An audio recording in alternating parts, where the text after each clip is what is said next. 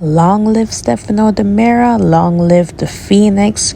Many have tried to imitate him, but it's only one Stefano Dimera. He can never be duplicated. Today is all about him, his great send off, and I have so many thoughts to share with you guys on this episode because, for one thing, yes, I can understand his family coming together to give him a good send off, but I don't understand some of the people that attend this send off. For one thing, you guys all have an issue or history with him, and it's not really positive. So why show your faces to really say any kind of negative comments about the dead?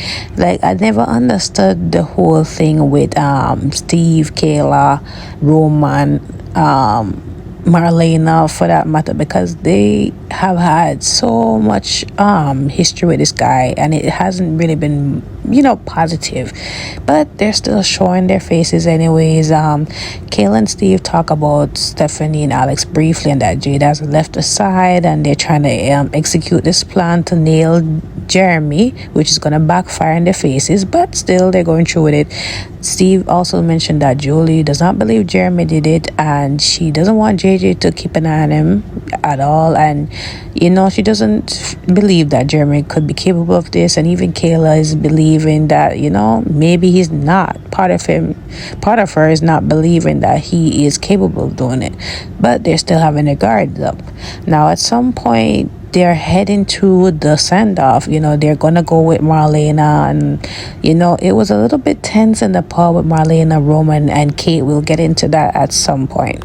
Now also, my other question to why is people even Abe coming to, even though he had a child with one of Stefano's daughter, he doesn't like the man. So if you don't like the man, don't come. I would say, if you don't like me, don't come at my funeral, don't come at my memorial. I don't want your negative energy at all. And I like how Theo put Abe in his place and just tell him that, look, I get that you want to support me, but you don't like the man, and I don't really want you there, knowing that I'm going through a hard time, grieving my grandfather. And Paulina and Abe are trying to say to him that, look, we understand you're hurting, and we just want to be there for you, and you sure you don't want us there? And he said, no, I understand how you feel about my grandfather, but I'd rather you not be there. So Paulina agrees to drop him off because she's going to babysit for Johnny and Chanel. Now that is a whole other topic I got to get into, because that really annoyed the hell out of me. Now they're getting ready for the memorial, and it's like Chanel just come and do this 180 and say, you know what, I'm gonna stay here. We don't need the nanny because I'm gonna stay here with Trey. I don't feel comfortable going there to pay respect to somebody I don't know, and then it's uncomfortable being around your family, and then with EJ. And Johnny understands that, he gets that, and he supports her decision on that. And he said that he won't be staying there too long, because at the end of the day, Chanel, their children matter more to him. They're his family now, and she appreciates him doing that. Now he leaves, and Paulina comes. Paulina is surprised to see that she's not going, but she understands as well. And she said that she just doesn't want to really be around EJ at all, considering what he did to her, and the fact that he just doesn't have any accountability towards all the actions he's done to her, to Sammy, to other people. And the fact that Johnny has said that he's done with him, and EJ can be vindictive, and maybe he'll come after us in some way, shape, or form. And she's just glad that Johnny's supporting them, and Johnny, she thinks that EJ thinks that she's influencing him and his decisions, but it's just his actions. Now at some point Johnny comes home, and it's all he told him that it was decent, there wasn't any bloodshed or anything. And EJ knows about the pregnancy. She was surprised, but he said that because he was talking to his grandfather and talking about the life he's now living, and the children that he's expecting with her. That's how EJ was able to overhear that. It was a tense conversation with him and his dad, and his dad was happy that Chanel's pregnant, at Dimera, but he's like, hey, Trey is also here, he's also my son, he's also Dimera, and grandfather would be upset with you, given that he, as some of his children are adopted, and you're no less a Dimera than Kristen is a Dimera. So how can you treat Trey like this? So that left a whole tense ending to their conversation and kind of made it more even fragile between him and his dad. Now, Anna is here with Tony to just pay her last respects to Stefano. He appreciates her being there. And she said, look, you're grieving your father. I just want to be there for you. Regardless of her history with Stefano, she's there to support her husband. Like, why Chanel couldn't get the memo to support her husband? It's not like she wasn't physically able to go because it wasn't the morning sickness. It was just her issue with EG. And, she just, she claimed to say that she don't know the man. Fine, you don't know Stefano. You weren't around when he was alive.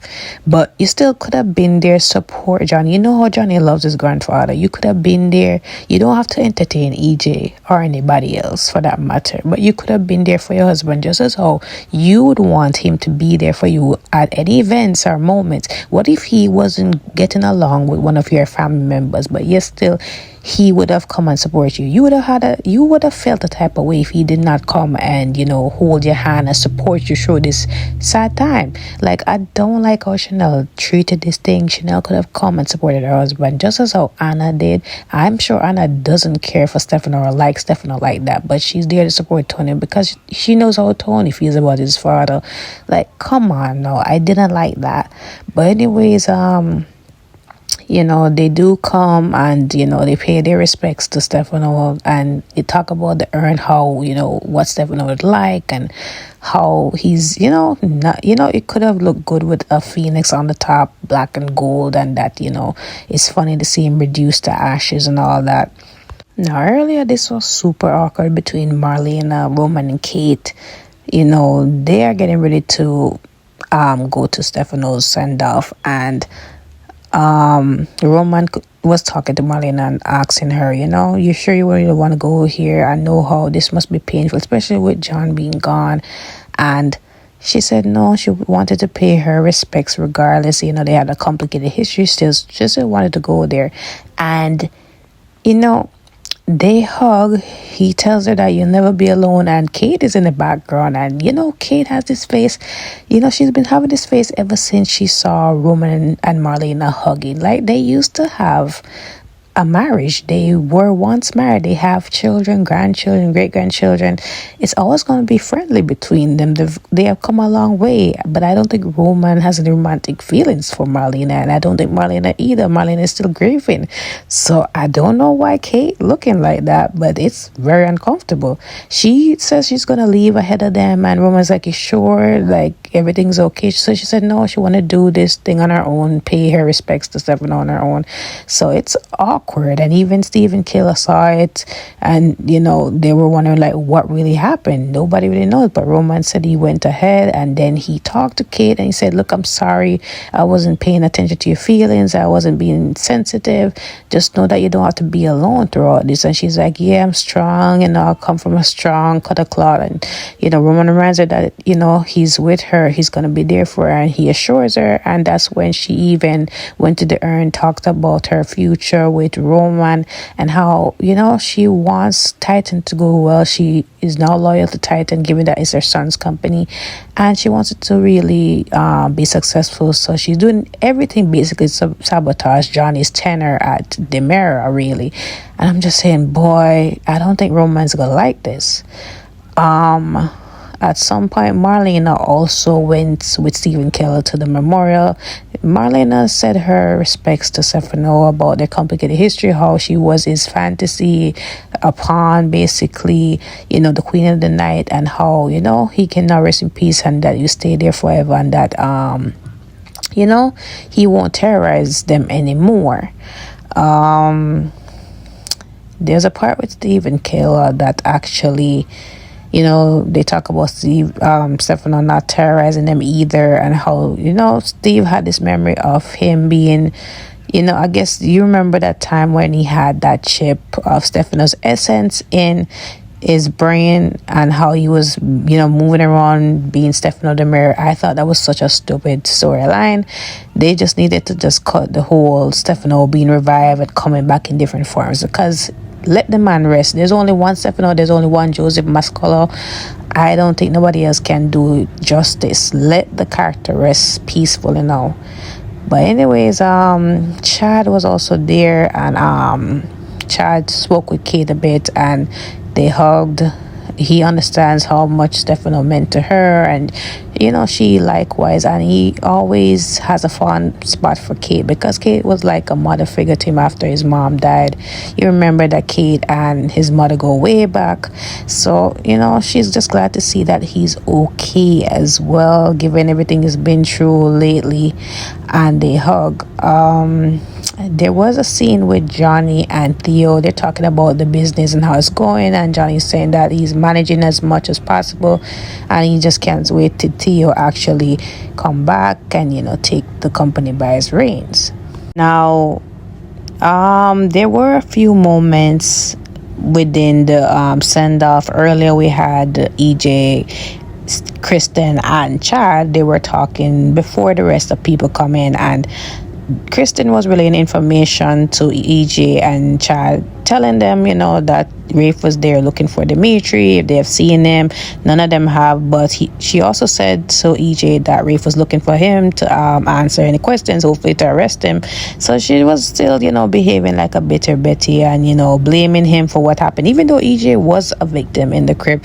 And he wasn't to blame for that. Peter was to blame for that. But again, she wants to absolve her other brother of that, and that because of him, Peter is dead. And she also relayed to them that Stefan has been confirmed to be dead. Vivian was telling the truth. So now the film industry is just making more money on the Demiras, at this point. So they also talk about where's Dimitri, and maybe he wants to lay low. He didn't really know Stefano, so it would make sense he was there. She also told Gwen to just steer clear of the house, given that it is Stefano's send off. And at some point EJ was on the phone with her, asking her to just pick up the call, because Rafe is now snooping around asking questions, and he wants to know what is her deal with Alamania. What did she really cook up while he was away? Now, at some point, before that, Kristen was getting back and forth with the argument, and blaming each other, blah blah blah. And Chad had to be the peacemaker. Chad was saying, like, today is not the day for all of that. Like, you guys need to just set your differences aside. We are family today. And he just like, yeah, we're family. And Kristen fails to believe that. And Kristen is saying, like, look, I really would not like to be here, but I'm just here because of Stefano and really just paying my last respects to him. So she's just, being very snarky and bitter at this point. At some point when everybody else was leaving, they do gather together. EJ, Chad, Kristen, Tony, and Theo, the 5 people from the crib, gathered together to pay their respects to Stefano. And EJ was like, the house of Dimera will never fall, will always be one.